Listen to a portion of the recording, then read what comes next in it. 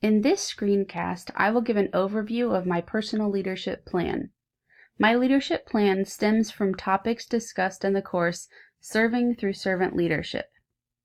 In this course, we discussed leadership characteristics, leadership styles, principles of empowerment, why we serve, how to have crucial conversations, and other topics to help become a servant leader. As a teacher, I serve several people throughout each day. I want to serve and lead these people with service in mind, not with the goal of gaining power for myself. In this screencast, I will go through different servant leader characteristics and how they affect and impact me, and how I can use these tools to become a better servant leader to those around me. 5 of the key leadership characteristics are being authentic, vulnerable, accepting, present, and useful. All of these characteristics are essential to becoming an effective servant leader. Some leaders show certain characteristics more than others. For myself, I think it depends on the situation I am in as to which characteristics are most present. In this course, we have also talked about a service model versus a power model. Leaders who strive for a power model care about themselves first and are neither moral nor effective. They focus on having power and cause conflict with those they are leading. They believe their success comes from who gains more power. Leaders who present the power model want things for themselves, and this can become an addiction.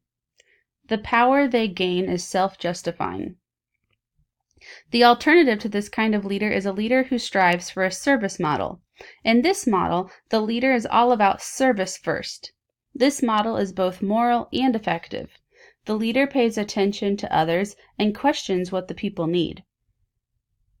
They are willing to help and identify and meet the needs of others. In this model, power is only a tool. For myself, I strive for a service model in my leadership. I would rather do things behind the scenes and allow others to be successful. I do not necessarily want credit for what is being done. I think there are times when I could start to fall into a power model, and if that is the case, hopefully I will recognize this or have people around me who recognize and are willing to let me know so I can work on getting back towards a service model. In this course, we have also talked about empowering others. This can be done in a variety of ways. One empowerment strategy that stands out to me, and I think I use the most, is sharing goals and direction. I think this is important for everyone to know so they know what we are working towards. The goal or mission of a project does not need to be a secret. I also like to provide frequent feedback. This allows people I am leading to know I appreciate what they are working on and lets them know they are doing a good job, and hopefully in turn makes them want to do more.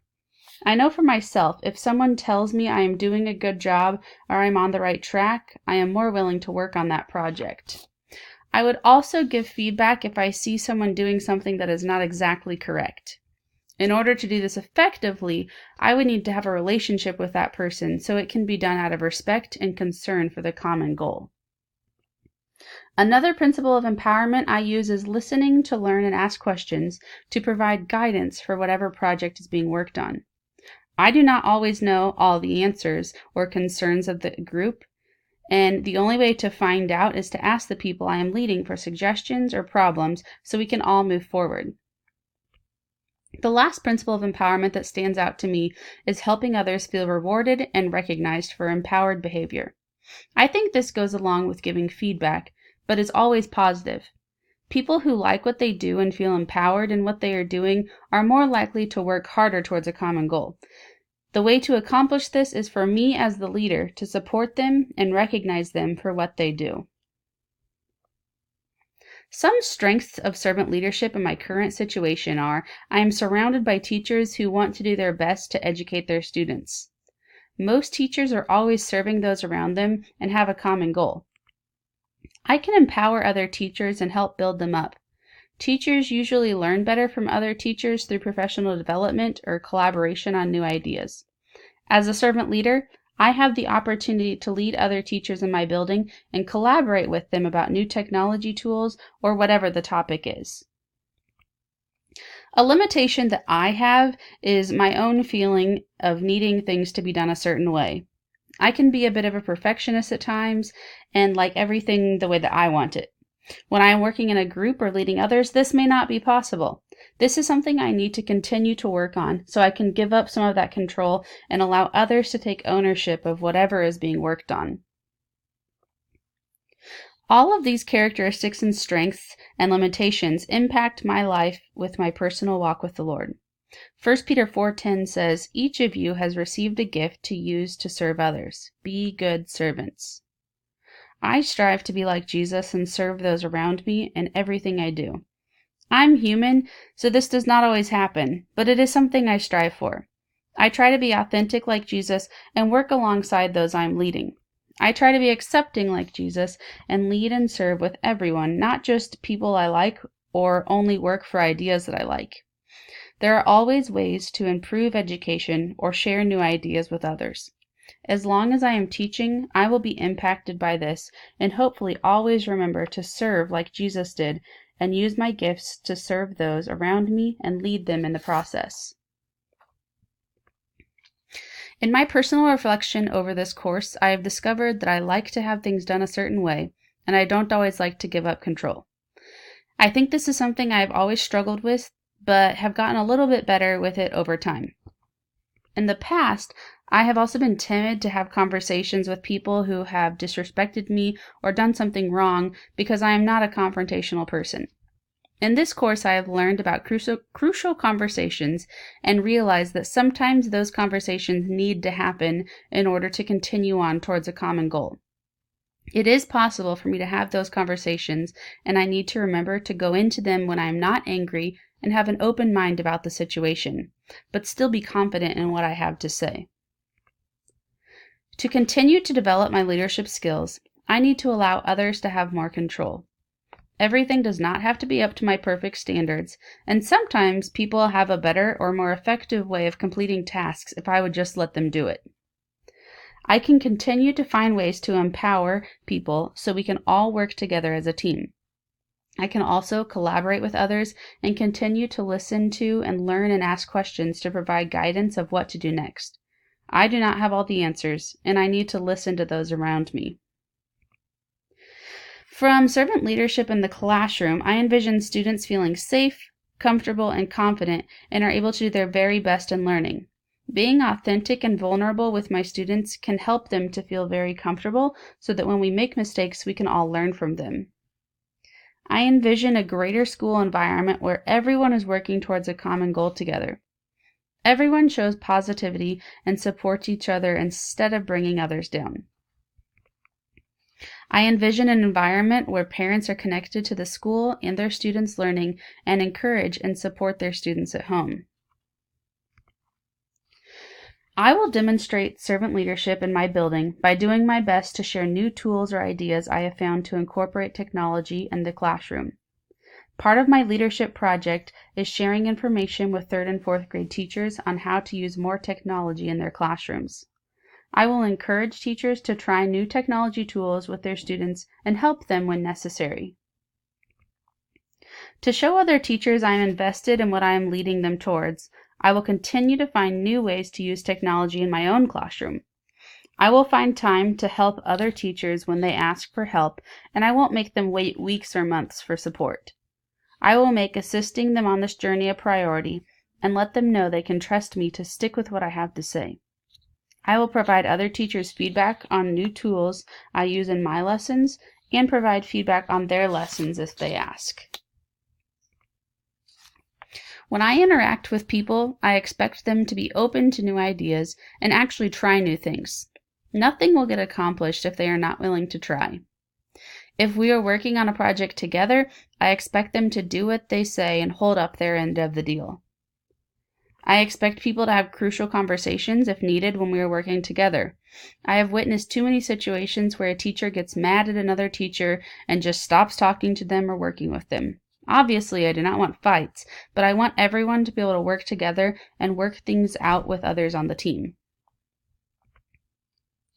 I will set the example of this by being open to new ideas and tools myself. I will accept what everyone has to say and be vulnerable with new ideas. I will make meetings and discussions a priority and be present in those moments with no other distractions. If I have an issue with someone or something, I will confront that person in a respectful way without allowing it to consume me. In order to do this, a relationship has to be in place so the conversation can be effective. To form those relationships, I will be present with the people I am leading and let them know I am there for them. I will do the work right alongside them and not allow myself to be on a throne. I integrate my faith within my teaching through my actions. I don't have to preach at people to share my faith with them. Matthew 20:26-28 says, "Instead, whoever wants to become great among you must be your servant, and whoever wants to be first must be your slave, just as the Son of Man did not come to be served, but to serve, and give his life as a ransom for many." Like I said, I always strive to be like Jesus and serve others around me, not be served by them. Human nature is all about me and how I can be served, and I constantly have to fight this feeling and allow God to live through me and my actions. I try my best to be humble and live in the situations God has prepared for me in advance. I care for my students and show them I care through my actions by getting to know them and talking to them and making sure they are okay on days when they look or act like they are having a bad day. If someone were to ask me why I act the way that I do or say the things the way I do, I would tell them, but I don't shove my faith down their throats. I would rather show them about it through my actions. Technology is always changing, and there will always be new ideas to share. This fact will help me sustain my servant leadership project by continuing to have discussions and collaborate with other teachers about technology. I will encourage my principal to get on board with technology discussions and possibly make it a part of professional development times. I will reach out to other teachers to broaden the community I establish. I will also sustain my project by continuing to encourage other teachers to try something new. As long as I stay in education, I think I always see myself serving in some capacity, whether that be my students and families or other teachers. Since I see students for up to 6 years, I can serve them by building a community within their class and grade level. I think music can do a lot to help with this and allow students to get to know each other in a deeper and different way than in their classroom. I can continue to serve teachers by trying new things myself and encouraging others to take steps to try new things. This does not always have to be technology, but I don't see technology leaving or becoming any less important anytime soon. All of these different strategies and characteristics of servant leadership have helped me to form my own idea of servant leadership throughout this course. I will use strategies I have learned about crucial conversations to keep all team members working towards a common goal. I will use the knowledge of leadership characteristics to effectively lead people while using a service model. I will continue to empower the people I lead using principles of empowerment. I saw a quote somewhere that said, "When I talk to managers, I get the feeling that they are important. When I talk to leaders, I get the feeling that I am important." I want to be a leader that allows others to feel important and valued in the common goal we are working towards.